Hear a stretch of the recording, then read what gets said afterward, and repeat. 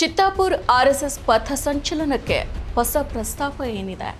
ಪಥ ಸಂಚಲನ ಮಾಡೋದಕ್ಕೆ ಆರ್ಎಸ್ಎಸ್ಗೆ ಅವಕಾಶ ಏನಾದರೂ ಸಿಗುತ್ತಾ? ಶಾಂತಿ ಸಭೆಯಲ್ಲಿ ಏನೇನೆಲ್ಲ ಆಯಿತು? ಈ ವಿಡಿಯೋ ನೋಡಿ. ನಮಸ್ಕಾರ, ADINA.comಗೆ ಸ್ವಾಗತ. ನಾನು ಸಪನ. ಕಲಬುರಗಿ ಜಿಲ್ಲೆಯ ಚಿತ್ತಾಪುರದಲ್ಲಿ ಆರ್ಎಸ್ಎಸ್ ಸಂಘಟನೆಯ ಪಥ ಸಂಚಲನ ವಿಚಾರ ರಾಜಕೀಯದಲ್ಲಿ ಹೆಚ್ಚು ಸದ್ದನ್ನ ಮಾಡಿತ್ತು. ರಾಜಕೀಯ ನಾಯಕರ ಕಿತ್ತಾಟಕ್ಕೂ ಕೂಡ ಇದು ಕಾರಣ ಆಗಿತ್ತು. ಅಕ್ಟೋಬರ್ 19ರಂದು ಚಿತ್ತಾಪುರದಲ್ಲಿ ಪಥ ಸಂಚಲನವನ್ನ ನಡೆಸೋದಕ್ಕೆ ತಹಶೀಲ್ದಾರ್ ಅನುಮತಿಯನ್ನ ನಿರಾಕರಿಸಿದ್ದು ಇದೆಲ್ಲ ಬೆಳವಣಿಗೆಗೂ ಕೂಡ ಕಾರಣ ಆಗಿತ್ತು. ಚಿತ್ತಾಪುರದಲ್ಲಿ ಆರ್ಎಸ್ಎಸ್ ಪಥ ಸಂಚಲನಕ್ಕೆ ಅವಕಾಶ ನೀಡೋ ವಿಚಾರವಾಗಿ ಕರ್ನಾಟಕ ಹೈಕೋರ್ಟ್ ನಿರ್ದೇಶನದಂತೆ ಶಾಂತಿ ಸಭೆಯನ್ನ ಅಕ್ಟೋಬರ್ 28ರಂದು ಮೊದಲ ಬಾರಿಗೆ ಕಲಬುರಗಿಯ ಜಿಲ್ಲಾಧಿಕಾರಿ ಕಚೇರಿಯಲ್ಲಿ ನಡೆಸಲಾಗಿತ್ತು. ಆ ಬಳಿಕ ಧಾರವಾಡ ಹೈಕೋರ್ಟ್ ಪೀಠ ಸೂಚನೆಯಂತೆ ಮತ್ತೊಂದು ಶಾಂತಿ ಸಭೆಯನ್ನ ಬೆಂಗಳೂರಿನ advocate general AG Shashikiran Shetty ಕಚೇರಿಯಲ್ಲಿ ನಡೆಸಲಾಗಿದೆ. ಅರ್ಜಿದಾರ ಅಶೋಕ್ ಪಾಟೀಲ್, ಹಿರಿಯ ವಕೀಲ ಅರುಣ್ ಶ್ಯಾಮ್, ಕಡ್ಲೂರ್ ಸತ್ಯನಾರಾಯಣಾಚಾರ್ಯ, AG ಶಶಿಕಿರಣ್ ಶೆಟ್ಟಿ, ಕಲಬುರಗಿ ಜಿಲ್ಲಾಡಳಿತದ ಅಧಿಕಾರಿಗಳು ಈ ಸಭೆಯಲ್ಲಿ ಭಾಗಿಯಾಗಿದ್ರು. ಶಾಂತಿ ಸಭೆಯಲ್ಲಿ ಆರ್ಎಸ್ಎಸ್ನಿಂದ ಪ್ರಸ್ತಾವನೆಯನ್ನ ಸಲ್ಲಿಸಲಾಗಿದೆ. ಸಭೆಯಲ್ಲಾದ ತೀರ್ಮಾನವನ್ನ ದಾಖಲು ಮಾಡಿಕೊಂಡಿರೋ AG ನವೆಂಬರ್ 7ಕ್ಕೆ ನ್ಯಾಯಾಲಯಕ್ಕೆ ವರದಿಯನ್ನ ಸಲ್ಲಿಸಲಿದ್ದಾರೆ. ಹಾಗಿದ್ರೆ ಆರ್ಎಸ್ಎಸ್ನ ಪ್ರಸ್ತಾಪ ಏನಿದೆ? ನವೆಂಬರ್ 13 ಅಥವಾ 16ರಂದು ಸಂಜೆ 3 ಗಂಟೆಯಿಂದ 6:30 ತನಕ ಪಥ ಸಂಚಲನಕ್ಕೆ ಅವಕಾಶವನ್ನ ನೀಡಬೇಕು. 3.1 ಕಿಲೋಮೀಟರ್ ಪಥ ಸಂಚಲನವನ್ನ ಮಾಡಲಿದ್ದು 850 ಗಣವೇಷಧಾರಿಗಳು ಭಾಗಿಯಾಗ್ತಾರೆ. 4 ಸಾಲಿನ ಬದಲು 3 ಸಾಲಿನಲ್ಲಿ ಪಥ ಸಂಚಲನವನ್ನ ಮಾಡ್ತೀವಿ. ಈ ಪಥ ಸಂಚಲನಕ್ಕೆ ಕಲಬುರಗಿ ಜಿಲ್ಲೆಯವರು ಮಾತ್ರ ಭಾಗಿಯಾಗ್ತಾರೆ. ಹೊರಗಿನಿಂದ ಬರೋರಿಗೆ ಅವಕಾಶ ಇಲ್ಲ. ಪಥ ಸಂಚಲನ ಸುಮಾರು 37ರಿಂದ 45 ನಿಮಿಷದೊಳಗೆ ಪೂರ್ಣಗೊಳ್ಳಲಿದೆ. ಈ ವೇಳೆ ಸಂಚಾರ ದಟ್ಟಣೆಯನ್ನ ತಪ್ಪಿಸೋದಕ್ಕೆ ಪೊಲೀಸರಿಗೆ ಸ್ವಯಂ ಸೇವಕರು ಸಹಕಾರವನ್ನ ನೀಡಲಿದ್ದಾರೆ.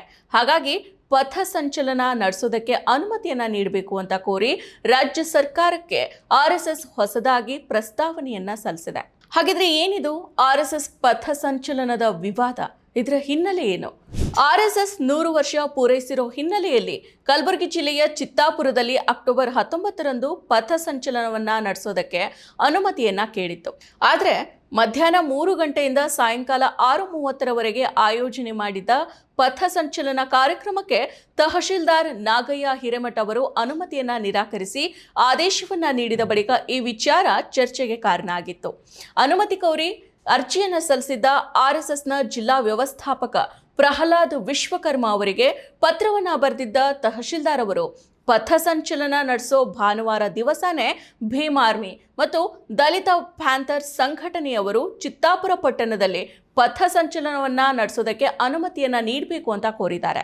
ಹೀಗಾಗಿ ಒಂದೇ ಸಮಯದಲ್ಲಿ ಪಥ ಸಂಚಲನಕ್ಕೆ ಎಲ್ಲಾ ಸಂಘಟನೆಗಳು ಅನುಮತಿಯನ್ನ ಕೇಳಿರೋದ್ರಿಂದ ಕಾನೂನು ಸುವ್ಯವಸ್ಥೆ ಹದಗೆಡೋ ಸಂಭವ ಇದೆ.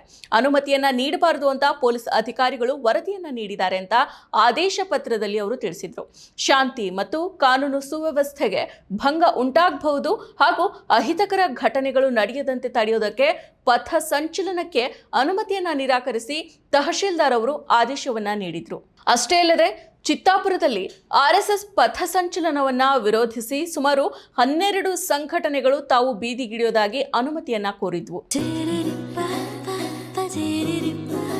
ಪರಿಶುದ್ಧ ನಂದಿನಿ ಹಾಲಿನಿಂದ ತಯಾರಿಸಿದ ನೈಜ ನಂದಿನಿ ಐಸ್ ಕ್ರೀಮ್ಸ್. ಚಿತ್ತಾಪುರದಲ್ಲಿ ಅಕ್ಟೋಬರ್ 19ರ ಮಧ್ಯಾಹ್ನ 3ಕ್ಕೆ ಪಥ ಸಂಚಲನವನ್ನ ನಡೆಸೋದಕ್ಕೆ ಅನುಮತಿಯನ್ನ ನಿರಾಕರಿಸಿರೋ ತಹಶೀಲ್ದಾರ್ ಕ್ರಮಕ್ಕೆ ಆಕ್ಷೇಪಿಸಿ ಆರ್ಎಸ್ಎಸ್ ಕಲಬುರಗಿ ಜಿಲ್ಲಾ ಸಂಚಾಲಕ ಅಶೋಕ್ ಪಾಟೀಲ್ ಹೈಕೋರ್ಟ್ಗೆ ಅರ್ಜಿಯನ್ನ ಸಲ್ಲಿಸಿದ್ರು. ಈ ಅರ್ಜಿ ವಿಚಾರಣೆಯನ್ನ ನಡೆಸಿದ ನ್ಯಾಯಮೂರ್ತಿ MGS ಕಮಲ್ ಅವರ ವಿಶೇಷ ಏಕಸದಸ್ಯ ಪೀಠ ಮೆರವಣಿಗೆಯ ಸಂಬಂಧ ಸೂಕ್ತ ಕಾನೂನು ಕ್ರಮಗಳನ್ನು ಕೈಗೊಂಡು ವರದಿಯನ್ನ ಸಲ್ಲಿಸಬೇಕು ಅಂತ ಸೂಚಿಸಿತ್ತು. ಆದರೆ ಹೈಕೋರ್ಟ್ ಏನ್ ಹೇಳಿದೆ ಅನ್ನೋದನ್ನ ತಿಳಿದೇ ಇರೋ ಈ ಬಿಜೆಪಿಗರು ಹೈಕೋರ್ಟ್ ನಮ್ಮ ಪರವಾಗಿ ತೀರ್ಪನ್ನ ನೀಡಿದೆ, ಪಥ ಸಂಚಲನಕ್ಕೆ ಅನುಮತಿಯನ್ನ ನೀಡಿದೆ ಅಂತ ಸುಳ್ಳು ಸುದ್ದಿಯನ್ನ ಹಬ್ಸಿದ್ರು. ಈ ಬಗ್ಗೆ ಟ್ವೀಟ್ ಮಾಡಿದ ಸಚಿವ ಪ್ರಿಯಾಂಕ್ ಖರ್ಗೆ ಅವರು ಹೈಕೋರ್ಟ್ ತೀರ್ಪನ್ನೇ ತಪ್ಪಾಗಿ ಅರ್ಥೈಸಿಕೊಂಡಿರೋ ಈ ಬಿಜೆಪಿಗರು ಸುಳ್ಳು ಸುದ್ದಿಯನ್ನ ಹಬ್ಬಿಸ್ತಾ ಇದ್ದಾರೆ. ಆದ್ರೆ ನಿಜಕ್ಕೂ ಚಿತ್ತಾಪುರದಲ್ಲಿ ನಿಗದಿಯಾಗಿರೋ ಆರ್ಎಸ್ಎಸ್ ಕಾರ್ಯಕ್ರಮಕ್ಕೆ ಅನುಮತಿಯನ್ನ ನೀಡಲಾಗಿಲ್ಲ. ಹೈಕೋರ್ಟ್ ಅರ್ಜಿದಾರರಿಗೆ ಅಂದ್ರೆ RSSನವರಿಗೆ ಹೊಸ ಅರ್ಜಿಯನ್ನ ಸಲ್ಲಿಸೋದಕ್ಕೆ ಮಾತ್ರ ನಿರ್ದೇಶನವನ್ನ ನೀಡಿದೆ. ಇದನ್ನ ರಾಜ್ಯ ಸರ್ಕಾರ ಪರಿಗಣಿಸಬಹುದು ಅಂತ ಹೇಳಿದೆ ಅಂತ ಪ್ರಿಯಾಂಕ್ ಖರ್ಗೆ ಅವರು ಹೇಳಿದ್ರು. ಜಿಲ್ಲಾಡಳಿತ ಪಥಸಂಚಲನವನ್ನ ಮಾಡೋದಕ್ಕೆ ಇರೋ ಕಾರಣಗಳನ್ನ ಮೊದಲೇ ತಿಳಿಸಿ ನಿರಾಕರಿಸಿದ್ರು RSS ಸಂಘಟನೆ ಕೋರ್ಟ್ಗೆ ಮೊರೆ ಹೋಗಿತ್ತು. ತನ್ನ ಆಕ್ರಮಣಕಾರಿ ಧೋರಣೆಯನ್ನ ತೋರಿಸಿತ್ತು. ಜಿಲ್ಲಾಡಳಿತ ಸಮಾಜದ ಸಾಮರಸ್ಯವನ್ನ ಕಾಪಾಡೋ ನಿಟ್ಟಿನಲ್ಲಿ ಕೆಲಸ ಮಾಡಿದೆ. ಹೈಕೋರ್ಟ್ ತೀರ್ಪು ಕೂಡ ಸರ್ಕಾರದ ಹಕ್ಕುಗಳನ್ನ ದೃಢಪಡಿಸುವಂಥದ್ದು. ಕಾನೂನು ಕ್ರಮದ ಎಚ್ಚರಿಕೆಯೂ ಕೂಡ ಇದರಲ್ಲಿದೆ. ಹೀಗಿರುವಾಗ ಇದನ್ನ ಅರಿಯದೇ ಇರೋ RSS ಮತ್ತು ಬಿಜೆಪಿಗರು ಸುಳ್ಳು ವದಂತಿಗಳನ್ನ ಹರಿಬಿಟ್ಟಿದ್ರು.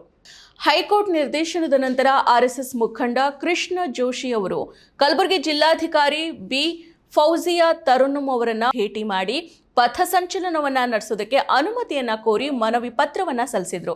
ಆ ಬಳಿಕ ಚಿತ್ತಾಪುರದಲ್ಲಿ ಮೆರವಣಿಗೆಯನ್ನ ನಡೆಸೋದಕ್ಕೆ ಅನುಮತಿಯನ್ನ ಕೋರಿರೋ ವಿವಿಧ ಸಂಘಟನೆಗಳ ಪ್ರತಿನಿಧಿಗಳ ಜೊತೆಗೆ ಶಾಂತಿ ಸಭೆಯನ್ನ ನಡೆಸೋದಕ್ಕೆ ಕಲಬುರಗಿ ಹೈಕೋರ್ಟ್ ತಿಳಿಸಿತ್ತು.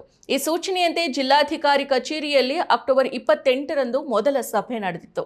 ಆದರೆ ಈ ಸಭೆ ವಾದ ವಿವಾದಗಳಲ್ಲಿನೇ ಕೊನೆ ಆಯಿತು. RSS, ದಲಿತ ಫ್ಯಾಂಥರ್ಸ್, ಭೀಮ್ ಆರ್ಮಿ, ಗೊಂಡಕುರುಬ SC/ST ಸೇರ್ಪಡೆ ಹೋರಾಟ ಸಮಿತಿ ಸೇರಿದಂತೆ 8 ಸಂಘಟನೆಗಳು ನವೆಂಬರ್ 2ರಂದೇ ಚಿತ್ತಾಪುರದಲ್ಲಿ ಪಥಸಂಚಲನಕ್ಕೆ ಅವಕಾಶವನ್ನ ನೀಡಬೇಕು ಅಂತ ಜಿಲ್ಲಾಡಳಿತಕ್ಕೆ ಅನುಮತಿಯನ್ನ ಕೋರಿ ಅಕ್ಟೋಬರ್ 21ರ ಮಂಗಳವಾರ ಕಲಬುರಗಿ ಜಿಲ್ಲಾಡಳಿತಕ್ಕೆ ಮನವಿಯನ್ನ ಸಲ್ಲಿಸಿದ್ವು.